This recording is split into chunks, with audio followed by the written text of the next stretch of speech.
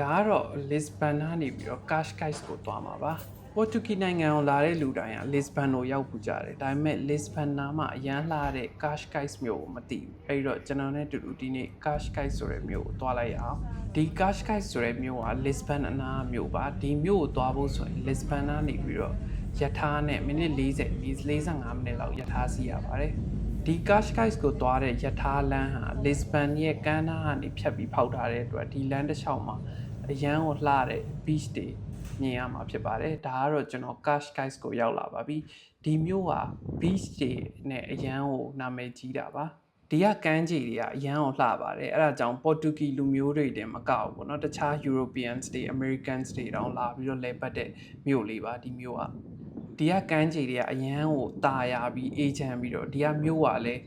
Lisbon ထက်ကိုလူပိုနေပြီးတော့ပိုပြီးတော့တန့်ရှင်းပါတယ်လူတွေလည်းအရန်ကိုအေးအေးချမ်းချမ်းနေတဲ့လူတွေပါအခုတွေ့ရတာကတော့ဒီ Cascais က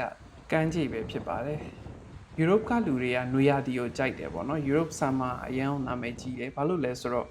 စောင်းရာသီမှာသူတို့မှာနှင်းအရန်ကြပြီးတော့အရန်ကိုအေးတော့လူတွေကအပြင်ထိတ်တိတ်မထွက်ကြဘူးအပြင်ကိုမကြိုက်ကြဘူးဒါပေမဲ့အခုဆမ်မာမှာကျတော့လူတွေက beach မှာလာပြီးတော့ရေကူးတယ်အပန်းဖြေတယ်အနားယူတယ်ပေါ့နော်